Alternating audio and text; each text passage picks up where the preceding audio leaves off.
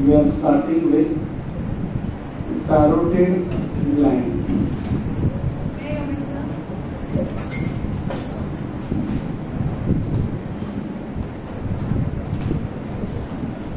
As the name suggests, para-otic, around the ear.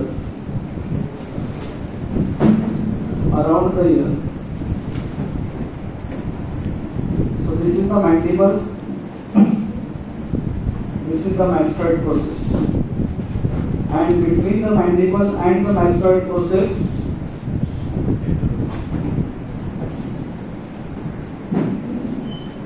and rather extending over it, is carotid gland. Para-otic, around the ear. This is mandible, this is mastoid. This is the external auditory opening. This is the carotid gland. So it lies between mastoid and mandible but extends over it. Okay? It has a base or superior surface. Base is also called as superior surface. Apex. Okay? You can see here anterior border, posterior border. Base, apex, anterior border, posterior border. Lies between mastoid and mandible. Okay?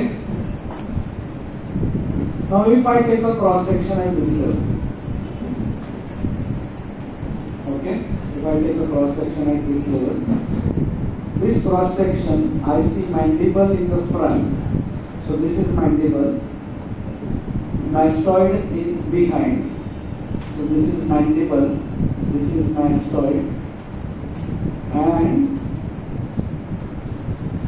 this is how carotid gland, not only here in this diagram we see only it is going over mandible and mastoid, but actually it is going in between them also. It is going in between them also. Okay? So this is a transverse section. In this section we are able to see two more surfaces. So this is superficial surface. So what we see here is superficial surface. This is superficial surface. Superficial surface. This is anteromedial surface. This is posteromedial surface.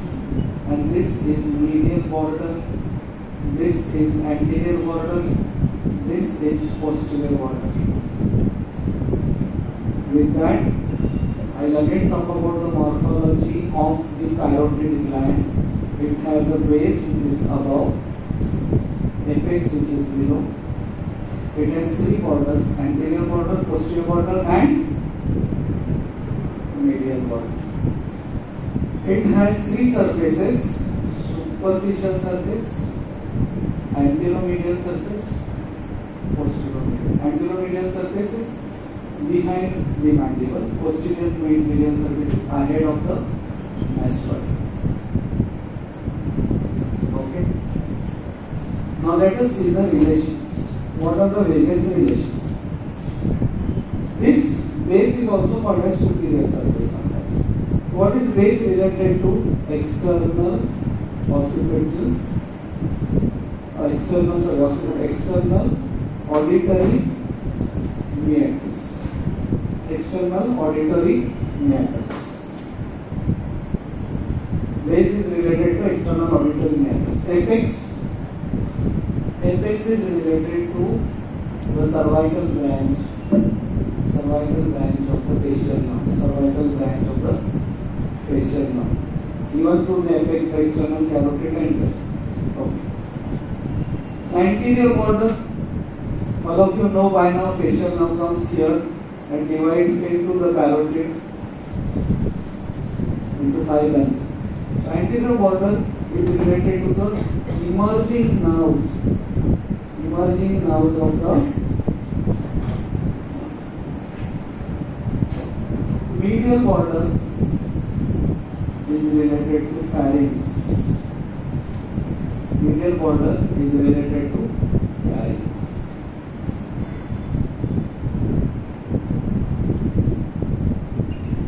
Anteromedial surface is related to posterior border of ramus of mandible, masseter, medial pterygoid muscle. Medial pterygoid muscle. So there is similarity between anteromedial and posteromedial surfaces.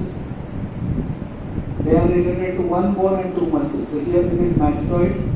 Muscle is sternocleidomastoid and posterior belly of digaster. Posterior belly of digaster.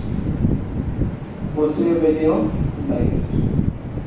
Also there is styloid process over here and the styloid apparatus. There is internal jugular vein, internal carotid artery also. Okay. So let's revise again. Carotid gland called as carotid because it is para-voting around the ear. Lies between mastoid and mandible. Also extends over the mastoid and mandible. What are the parts? Superiorly there is base. Inferiorly there is apex. Base is also called as superior surface. How many borders? Anterior border, posterior border, and this is the transverse section. This is the medial border. Anterior border related to emerging branches of facial nerve. Apex related to cervical branch of the facial. Base related to external auditory meanders. Okay.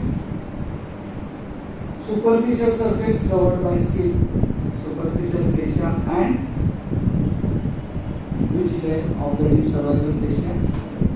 Investing layer of the deep cervical fascia, which is attached to the zygomatic wall superiorly. And inside, here is the styloid process. From the styloid process, another stylomandibular ligament goes to the mandible. That stylomandibular ligament separates the carotid from submandibular gland. In this section, I may not be able to show you that. Then there are two more surfaces. One is superficial surface, anteromedial surface and posteromedial surface. They are related to one bone, two muscles. Anteromedial is related to mandible, posterior border of the ramus of mandible. And what is this muscle outside? Masseter. Then inside, medial pterygoid. Medial pterygoid and masseter fibers, direction, everything is same. One is inside, one is outside. Posteromedial surface is related to one bone, two muscles. What is that one bone? Mastoid. What are the two muscles? Sternocleidomastoid and posterior belly of. Also there is styloid process. So you got the relations of carotid. There are two more aspects in the carotid which you should be knowing. So, but again I repeat, the carotid lies within the investing two layers of the investing layer of the deep cervical fascia splits to enclose the carotid. Now, carotid gland, there is one more concept called as contents within the carotid. So when it is asked, you have to draw three diagrams of the carotid separately. Contents within the carotid.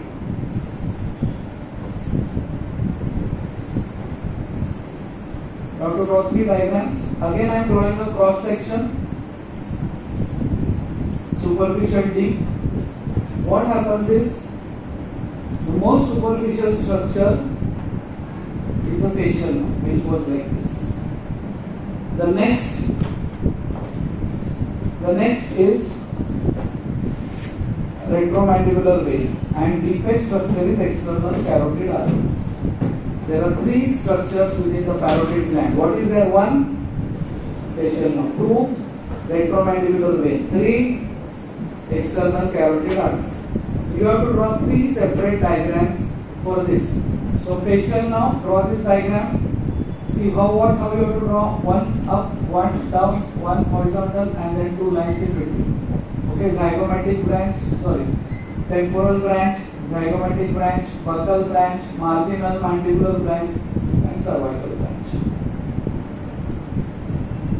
So now surgeries on the parotid gland become all the more very important for us, because if the facial nerve is damaged during parotid surgery, suddenly person can get paralysis of facial nerve. So it has to be operated in a superficial plane, superficial to parotid, deep plane, deep to the parotid. But facial nerve should be preserved carefully. What is the next structure in parotid? Three separate diagram. What is the next structure? Retromandibular vein. It is formed by the union of. It is formed by the union of maxillary vein and superficial temporal vein, and then it splits into anterior division and posterior division. It splits into anterior division and posterior division. Anterior unites with facial vein to form common facial vein. Posterior unites with posterior auricular vein to form external jugular vein. This is posterior auricular vein. This is facial vein. This is common facial vein. Common facial. So this one more diagram you have to do. Now the last diagram. Last diagram.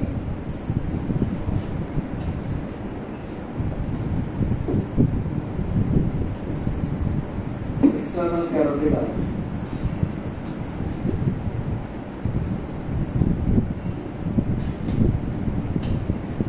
So when we studied external carotid artery, we said 5 branches are given in the carotid triangle and 3 branches are given in the parotid gland. So those 3 are maxillary, superficial temporal, and posterior auricular. Maxillary, superficial temporal, and posterior auricular. So what are the 3 contents lying within the parotid gland? Superficial to deep, facial nerve, most superficial, then retromandibular vein, then external carotid artery. So then you draw this one diagram for facial nerve and 5 branches. Then you draw retromandibular vein formation within the parotid. Right? How it is formed? Maxillary, superficial, retromandibular, anterior division, posterior division. Anterior unites with facial to form common facial, posterior divides with posterior. Then external carotid artery. 3 branches. What are the 3 branches of external carotid artery given in the parotid region? Posterior auricular, maxillary, superficial. Is this clear to you? Okay. Now, the parotid duct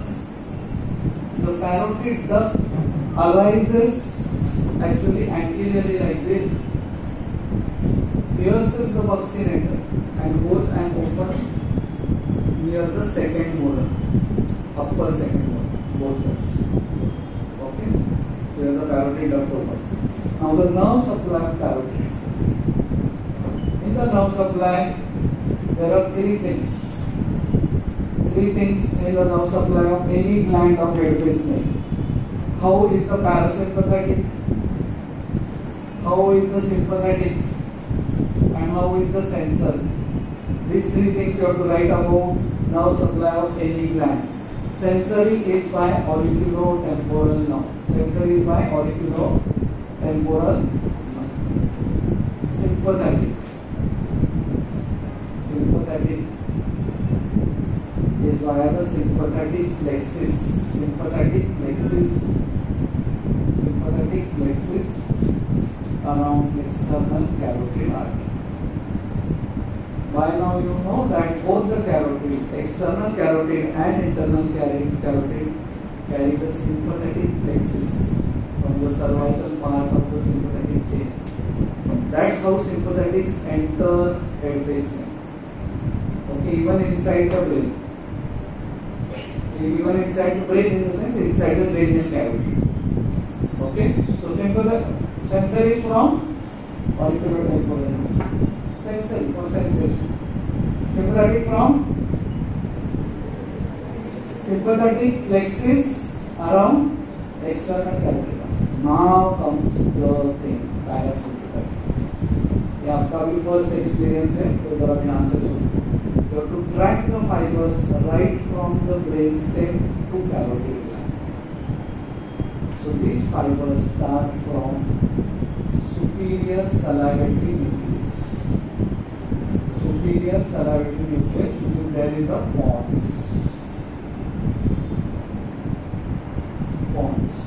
Superior salivary nucleus.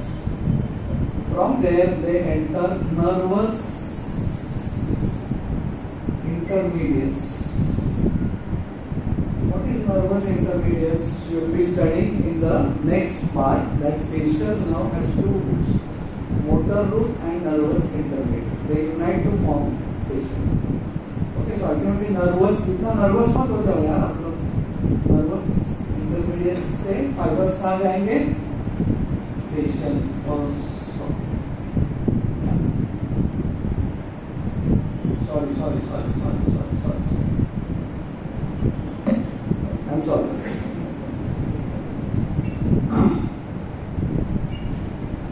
The fibers for the parotid come from the inferior salivary nucleus, not from the superior salivary. So today I am going to teach you about superior salivary also, so that was in my mind. Superior salivary nucleus. Glossopharyngeal nerve. Superior salivary nucleus, glossopharyngeal nerve. This glossopharyngeal nerve gives a tympanic branch. Tympanic branch which goes to the tympanic plexus. It gives a tympanic branch, tympanic membrane, so it gives a branch in the middle ear. To the middle ear, towards the middle ear, where there is tympanic plexus. How the fibers are coming? Inferior salivary nucleus, glossopharyngeal nerve, tympanic branch, tympanic plexus. From this tympanic plexus arises lesser petrosal nerve. Lesser petrosal nerve passes through which foramen? Which foramen? Foramen ovale, M-A-L-E, mandibular nerve. What is A? Structures passing through foramen ovale. Norma basalis? No. Foramen ovale सुना है? So lesser petrosal nerve. It ends in otic ganglion. So these are three ganglionic fibers. From otic ganglion via auriculotemporal nerve, it goes to parotid gland. It goes to parotid gland. So parasympathetic nerve supply of the parotid glands. So let's start. Where does it start? Inferior salivary nucleus. Then fibers enter glossopharyngeal nerve. Then tympanic branch, which is a branch of the glossopharyngeal. Then tympanic plexus. From the tympanic plexus arises lesser petrosal nerve, which ends in otic ganglion. So these parasympathetic means preganglionic fibers are longer. Postganglionic fiber from otic ganglion pass via auriculotemporal nerve to the parotid gland. Clear? Thank you. So applied anatomy, you can write parotid gland, swelling mumps. During operation of parotid, one has to take care of the facial nerve.